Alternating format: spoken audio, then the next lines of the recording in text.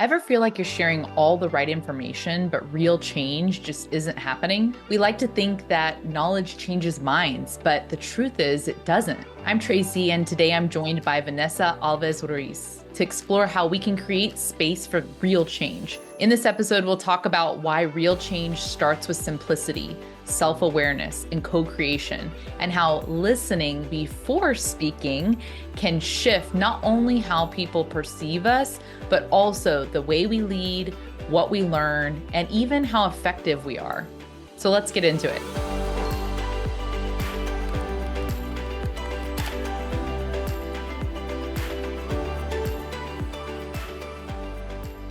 Welcome to the Building Thinkers podcast. Today, I'm so excited to be joined by Vanessa Alves-Ruiz. I love to hear a bit about everybody's story. So if you would tell our listeners a bit of your background, your story. I like to ask, what is it that you build? It's the Building Thinkers podcast. Sometimes people take it metaphorically or literally, but what is it that brought you to the work that you're doing today? Tell us your story. Wow, Tracy.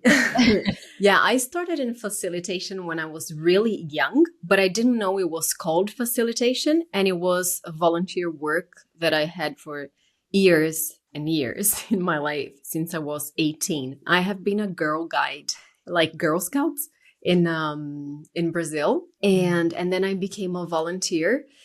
And I enjoyed so much, like creating the activities and the games and everything, the design of our Saturday 3-hour session that we had together. And I started with little girls from 6 to 8, and it was so amazing, so amazing.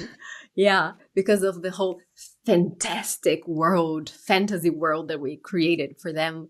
And then I jumped to the teenagers.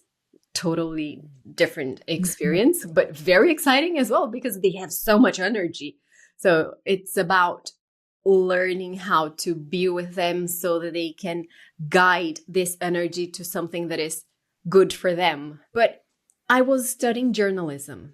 So my professional path just went in the ways of journalism, and I became a reporter.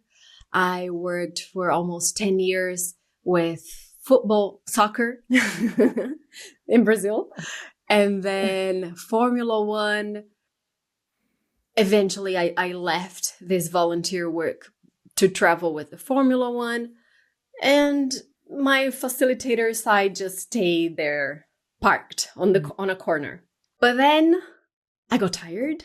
I got tired because it was very heavy work covering sports and covering Formula One. And I decided to go to an eco village and live in nature. And yeah, I say, people who are listening, they are not seeing our faces, but I'm seeing your face, and I know it's unless they listen on Spotify, and then they'll see I think it goes to Spotify and YouTube, so those people can see our faces if cool. They want. Yeah. Because then I went to live in nature, wild nature, for 4 years. And then I deepened in this path of self-knowledge and being with myself and understanding who I was, but more than that, who I wanted to be. And I realized that what I loved most about journalism was being with people. And then I met coaching. This was the shift that brought me here today, because then I decided that I just wanted to dedicate my life to working with people. I love where you talk about going from understanding more deeply who you are and how that tends to open up this recognition of who you want to become. I think that sometimes there's a bit of inertia in the day to day. We kind of get in the rut, and without these moments of pause and reflecting, like it sounds you had it in nature, and slowing down and looking internally, that then there's this shift to recognize where you want to go forward. I think that it's really powerful to hear those moments. So thank you for sharing that. No, thank you. What we're going to dig into today is how might we create space for mindset shifts in learning experiences. And maybe let's start for our listeners just what we mean by mindset shift. Like, what does mindset shift mean to you in the work that you're doing with other humans? Well, I think that by definition, it's this fundamental change in the way someone thinks or approaches a particular situation. Because what happens is that when we're growing up, we develop some coping mechanisms, right? And some ways of reading situations and ways of dealing with things that we may think that present a threat to our safety. Because at that point, these strategies were needed and were relevant, were important.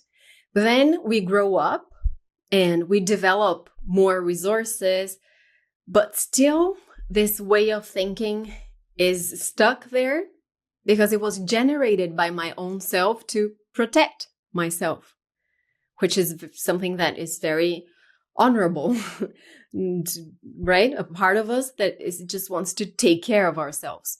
But then what happens is that when we grow up and we're in life, these thinking patterns can be unhelpful. These thinking styles can become unhelpful in other situations where there is no threat or something different is happening.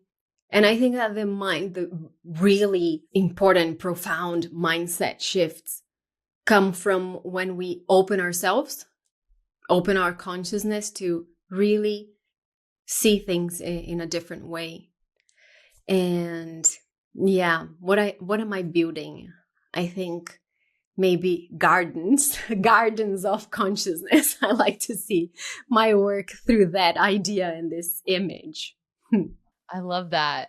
Vanessa, so as you're talking about mindset shifts, I love this awareness and consciousness. And I hear in that too, an openness for these shifts to happen. Because if you're closed, if you're not willing, if you're not curious, it can be really challenging to have any sort of growth in this area. And so when we think about learning experiences and we think about making that space for mindset shifts, one of the sentence stems that we use is, if only people knew. Sometimes people add a lot of complexity to ideas and concepts. And I know from our prior conversation and your notes as a part of this that simplicity may be a piece of this. So tell us what you think, like, if only people knew when it comes to mindset shift, what would you say?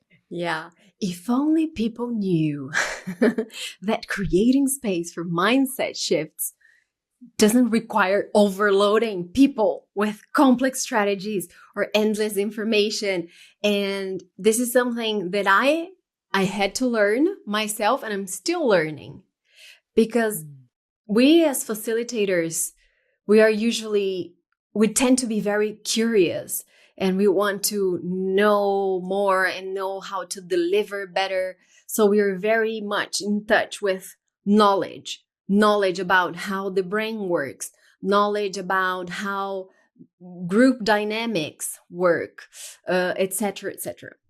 And so when we are with people as facilitators and also as coaches as well, sometimes like we feel this, it's itching, right? Because we want to share all of this knowledge.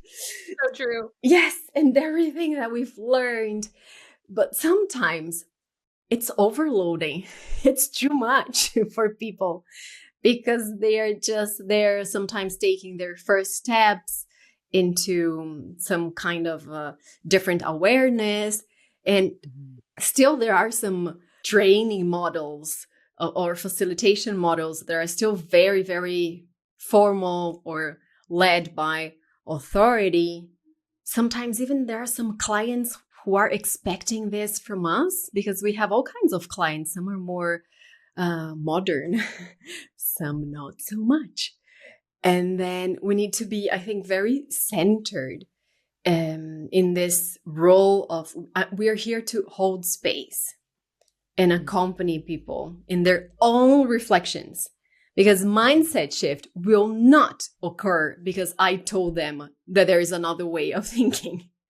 We need to sustain that delicate space and hold this safe zone for people to feel that it's okay to challenge their beliefs and maybe explore options and come up with something else.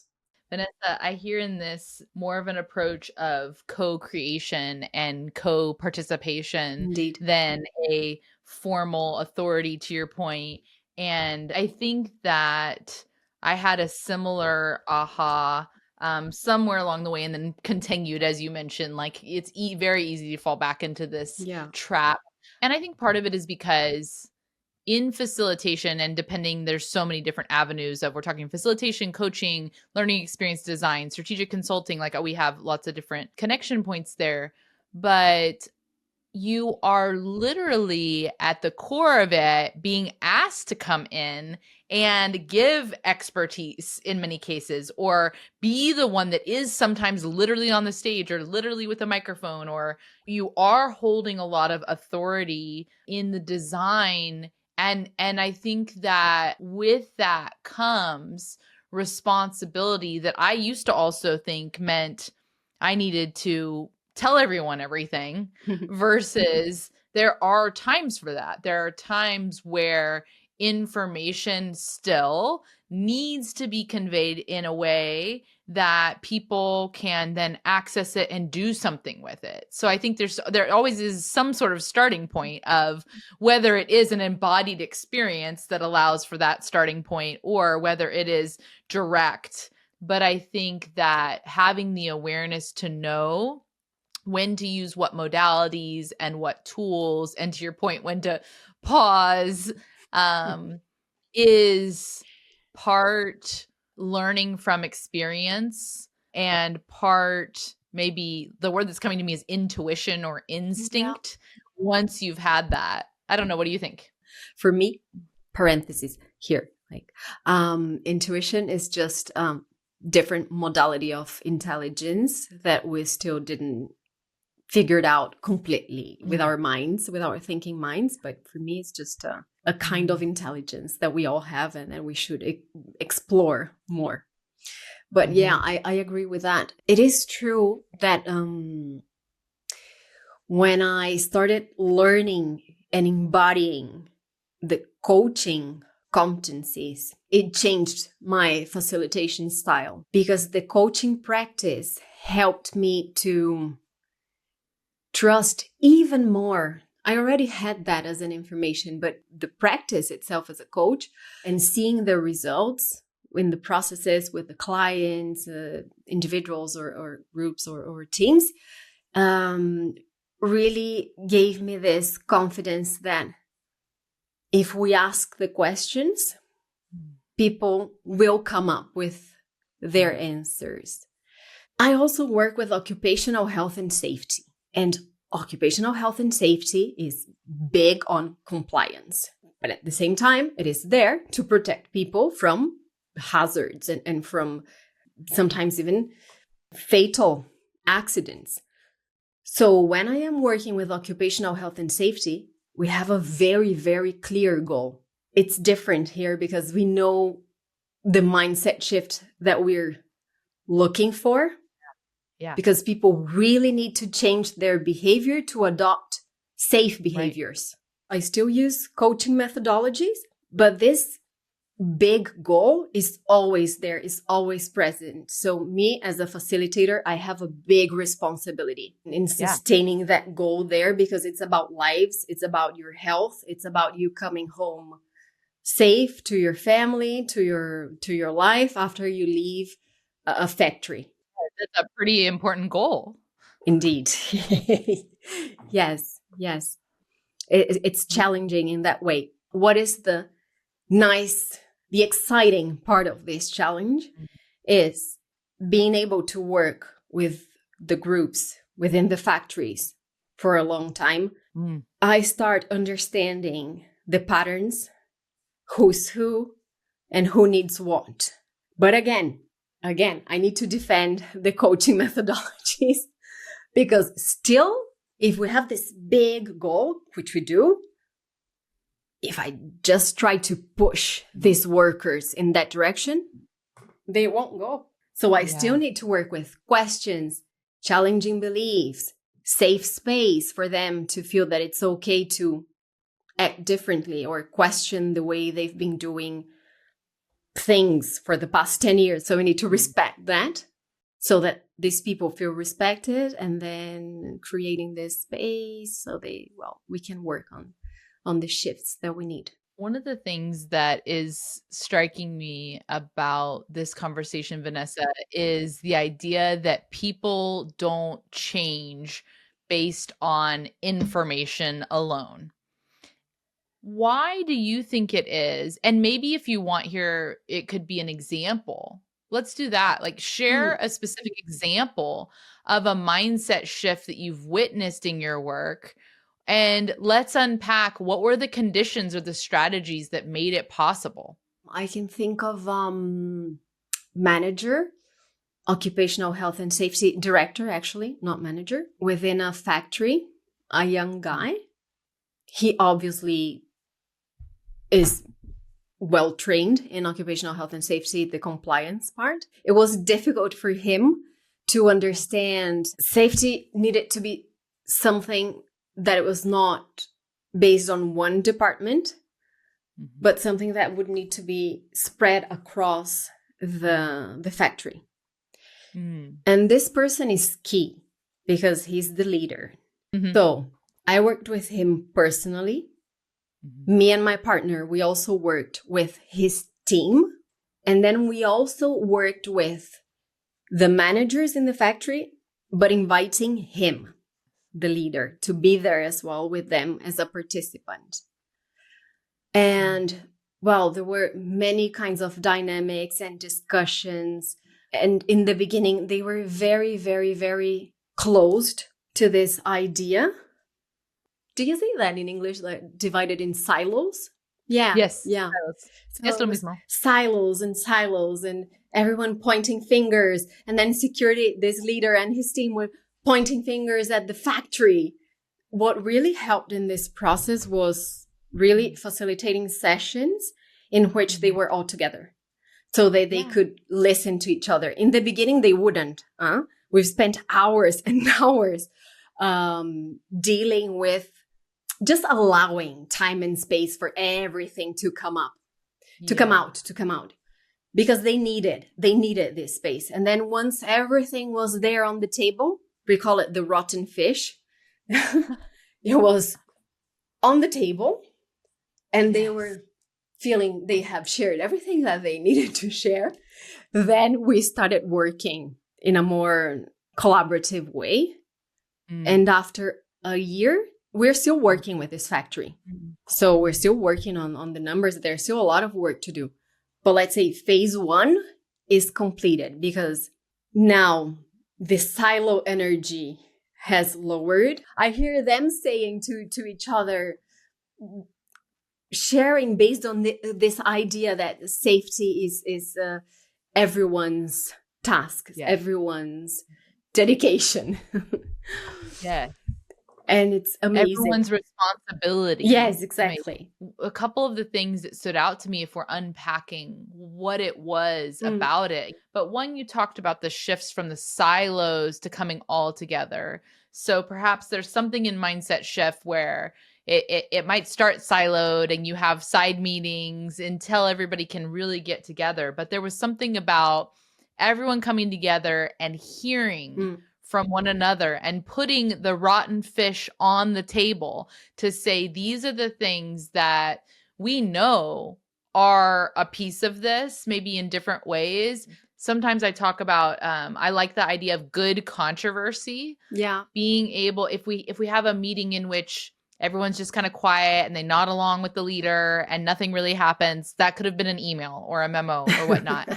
Like, you get people together because there are differences of opinion, and those differences can help move forward and raise up concerns. Like, it sounds like I like this idea of rotten fish because it's very Yeah. visual and like I can smell it, and but we put it on the table so it's not hidden and making it stinky over and we don't know why. We're putting it out here so we can see. So it's almost this unearthing. So yes, the coming together, but then co-creating. I think I mentioned earlier this maybe way forward. And again, if you're back in silos, that's not possible. Do those capture some of the things that you think are a piece of that mindset shift, or would you add anything else that are the conditions or the strategies that you feel like makes that mindset shift possible? Yeah, I think that listening is key. Is key. Holding space for people to listen to each other.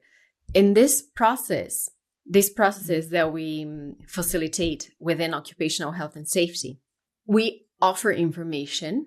So yes, we do share some knowledge, but most of the time is participatory dynamics. And I mentioned art of hosting and harvesting conversations that matter before as a set of methods.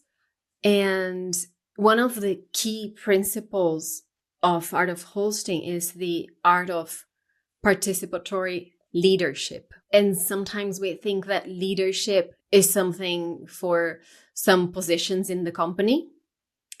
But in occupational health and safety, for instance, we need everyone to be a leader. Everyone. Because we need to look after each other. We need to influence each other positively. We need to learn how to communicate when I see something, when I see an unhealthy behavior in a way that the person doesn't feel attacked. So everyone in a factory needs to be able to develop this leadership skills. I've been also experimenting with offering them a little bit of the coaching framework as a tool for them. So learning how to approaching one of the workers and asking them with true curiosity, how could we do this better? And then we engage everyone. And then when people feel that they belong, it's really impressive what we can get in terms of mindset shift. You just brought up sense of belonging. I think that that's connected to this community and that we're a part of something that versus isolation or individualism that can be dangerous in that environment. And I would argue in the broader work environment as a whole, but also this idea of who is a leader and the leader's participation. And I think it's twofold. You mentioned the fact that the leader came as a participant to the other sessions. Yeah. In work that I've done before in the education space, where we were trying to have important mindset shift for veteran educators who have been doing work for a long time in a certain way. And the reason why I kind of chuckled, perhaps even inappropriately, when you said earlier that the worker said, but I've always done it this way and it hasn't been like a problem. Well, that's the exact language that we heard from veteran educators when there was very clear newish research on shifts that they should be making instructionally. And so I think this idea of the leader being there, and my point with that is when we had campus leaders or district leaders come to our sessions to be able to hear and see, oh, this is what it looks like to do this in this way, then the actual implementation of the strategies was more cohesive. And it makes sense, right? If the campus leader is just like, oh, go to that thing over there, versus the campus leader comes and does the work and does the activities and understands, makes sense. So I think there's something here about the leader's involvement and everyone becoming a leader and that sense of belonging. And the last thing that I reflected on with that is how much time it truly takes and space to change mindset, because we are in habits and there is a culture at within our organizations, and things have been done a certain way. And that I like to call inertia that is pulling in one direction. That's why somebody coming in, especially somebody coming in from the outside and saying, I have a better way, Yeah. doesn't work. It is the hard work of, I love that you're working over time. That has been my experience to get in my strategic consulting type projects. It's long-term, multi-year projects to really shift a system and the practices that are connected. And so those are maybe a couple more. I think we maybe have a list of 6 or 7 now of things that can help shift mindsets. Do you have anything to add on those points, or where you've seen those be true? I don't feel pressure to do so. To highlight this concept of time in our work, it is very important because we need to be very respectful with what is already there. So we could add that as a point for mindset shift as well. Yeah. Even also when we are working within ourselves, when we are working with ourselves, inside myself, and I want to generate a mindset shift within myself, I think that maybe step 0 would be to be very respectful, because what has been developed within myself has been developed for a reason.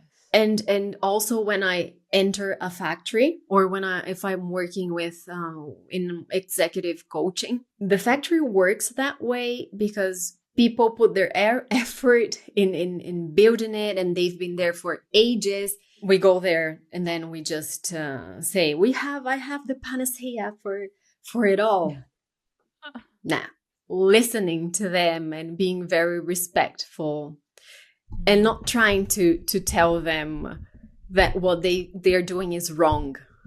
Yeah. Because that doesn't go well. No.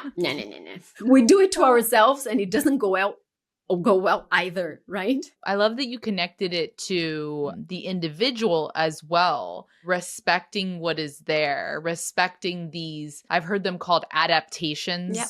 And adaptations that no longer serve us when we get to a certain point in life. And they may have been things that used to serve us, no longer do. And so respecting that they maybe protected us at a time we needed them to, and we no longer need them. And that process of releasing, and then watching that play out in larger organizational contexts, because many of the challenges that occur in the work context are human interactions, human challenges, because humans are the ones at work creating the systems and all of those components. And so mindset shift is a very human-centered practice to understand. I wonder if we can zoom also, Vanessa, you talked about this idea of coming to simplicity, like not overcomplicating things. Where do you see the intersection of that simplicity and clarity when it comes to what we've been speaking about? When I listen to you asking me that question, the first thing that comes to my mind is the connection of simplicity. If I enter into this respectful energy and allow myself to listen before speaking, I think that there's something there that can help us sustain simplicity. I have an idea. I'm going to truly think out loud. I haven't thought about this before, but I think that something that could be there when we listen before we dive in with our expertise or whatnot is we hear a more narrowed version of what's actually needed. Like if we listen and we're curious and we investigate first, then we can reflect back what we hear. We can guide, depending on what the purpose of the conversation is or what we're doing, but we can listen, and maybe we don't have to explain X, Y, and Z, because if we listen, we already heard that there's awareness of that, and we can pick up where they really are. And the converse of this is true. So I think that there's something in this pause and be curious might allow us to expedite and simplify. I don't know. I'm just processing out loud. Yeah. And something else that comes to my mind is that maybe simplifying is also a muscle. Like simplicity is also a muscle that we can build, and it needs practice as well. maybe. Yes. What do you think about that?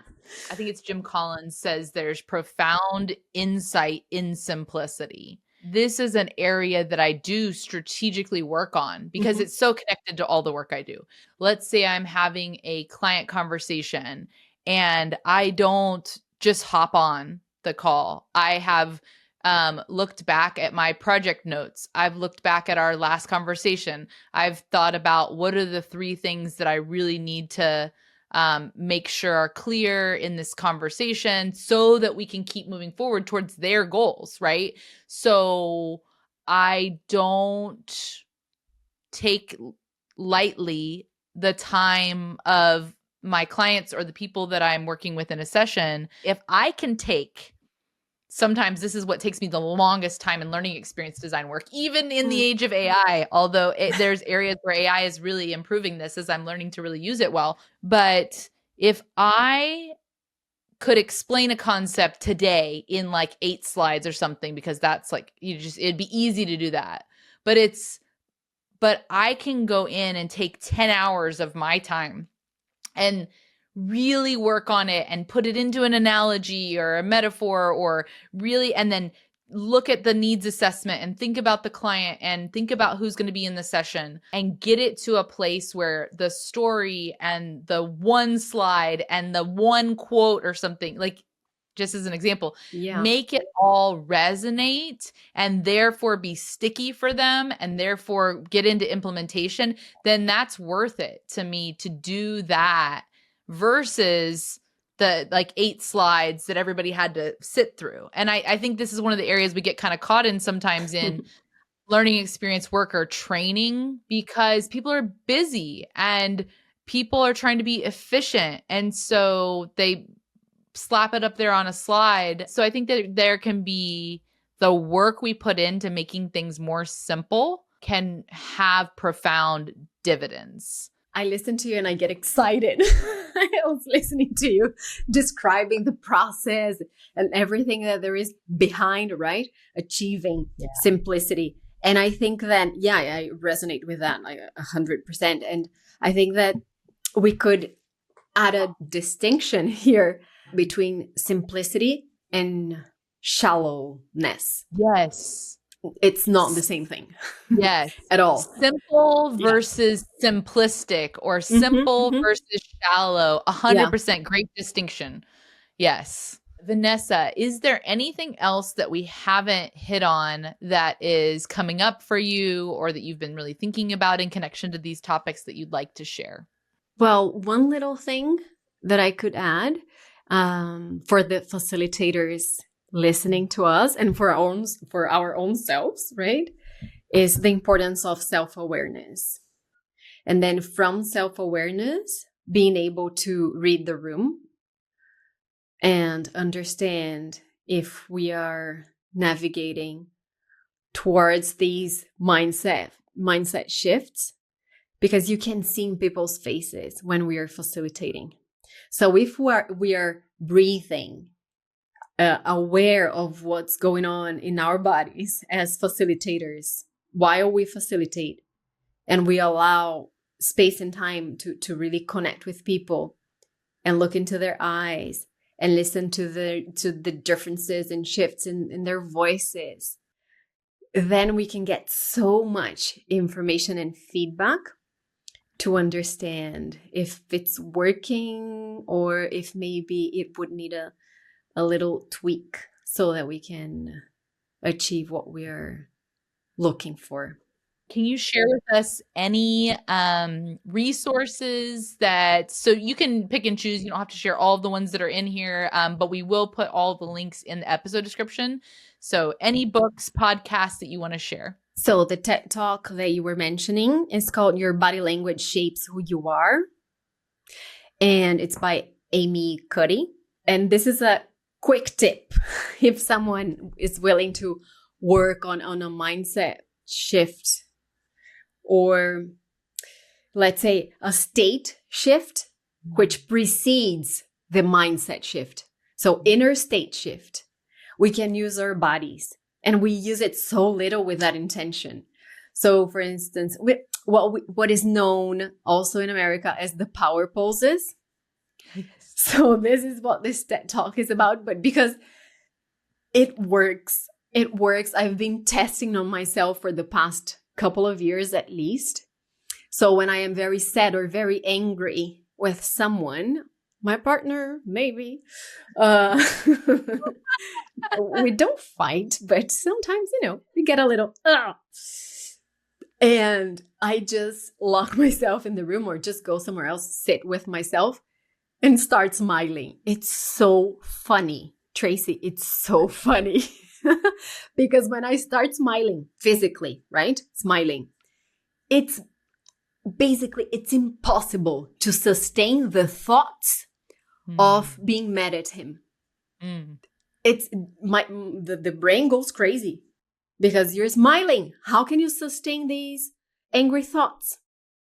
Right? So, this TED talks a little bit about it, and it's very interesting for this first step. And then something that was really life-changing for me was getting in touch with the Nonviolent Communication Framework by Marshall Rosenberg.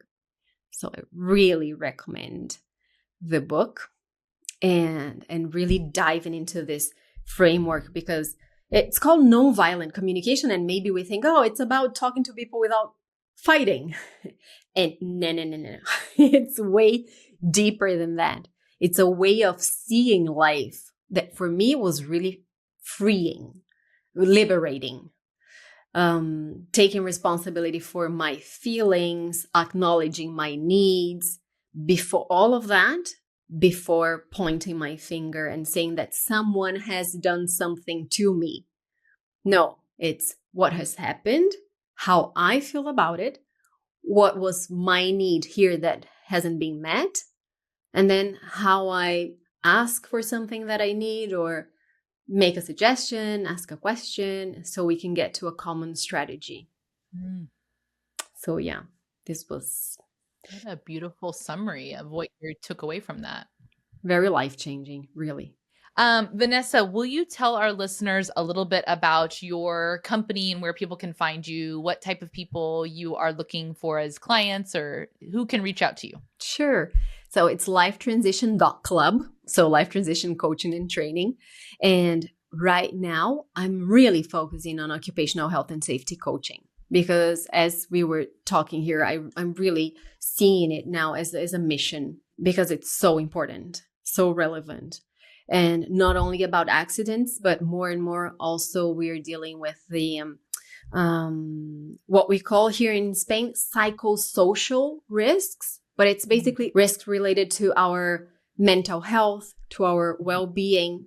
So through the door of compliance of occupational health and safety, working with the human beings that are there. Also, I've been dedicating myself to hosting talks on those themes, and also workshops, and of course, one-on-one coaching, because I love working with companies, but it's very rewarding to work on a one-on-one basis as well. Yeah, this is where I am at right now.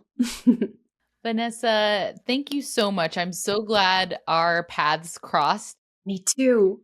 And thank you for sharing your insights and having this conversation. I look forward to staying connected and hearing about your incredible, truly life-saving work. Thank you so much, Tracy. Really, it was amazing. Thank you so much for having me, and thank you for your work and for this podcast, which is very enlightening. Thanks so much for listening to the Building Thinkers podcast. Don't forget to subscribe and share with your friends. And if you enjoyed what you heard, please leave a podcast rating and review. That helps more listeners find us in the world of podcasting algorithms. You can find out more about my learning and development strategy services at buildingthinkers.com. And remember, there's no limit to what you can learn.